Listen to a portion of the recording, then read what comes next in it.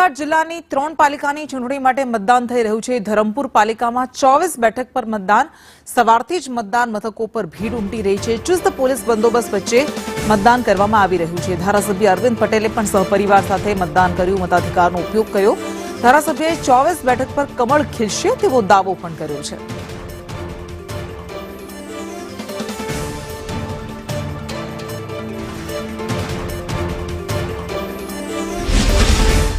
જે ધરમપુર નગરપાલિકામાં જે મતદાન થઈ રહ્યું છે ને અમારા ભારતીય જનતા પાર્ટીના દરેક કાર્યકર્તા આજે ટેબલ લગાવીને પણ બેઠા છે। નરેન્દ્રભાઈ મોદી સાહેબના વિકસિત ભારતના સંકલ્પને સાકાર કરવા માટે અહીં ધરમપુર રજવાડી નગરીમાં આ વખતે 24 કમળ ખીલશે એવો મને પૂર્ણ વિશ્વાસ છે।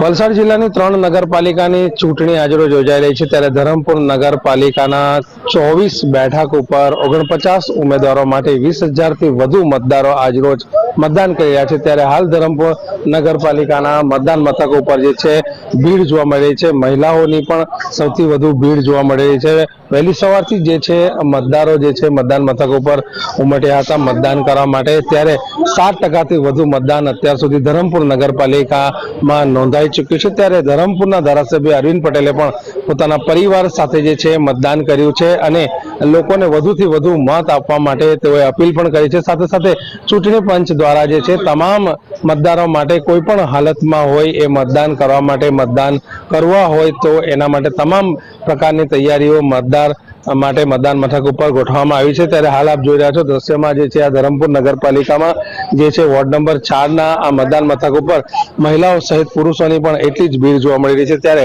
ખૂબ જ મોટી સંખ્યામાં મતદાન મથકો પર મતદાન થાય તે માટે ચૂંટણી પંચ અને સાથે સાથે અહીંના ધારાસભ્યોએ પણ લોકોને અપીલ કરી છે કે તેઓ વધુથી વધુ મતદાન કરે। ત્યારે હવે આ જોવાનું રહ્યું કે 20,000 થી વધુ મતદારો ધરમપુર નગરપાલિકાની ગાદી ઉપર કયા પક્ષને બેસાડે છે। જાવેદ ખાન, સંદેશ ન્યૂઝ, ધરમપુર।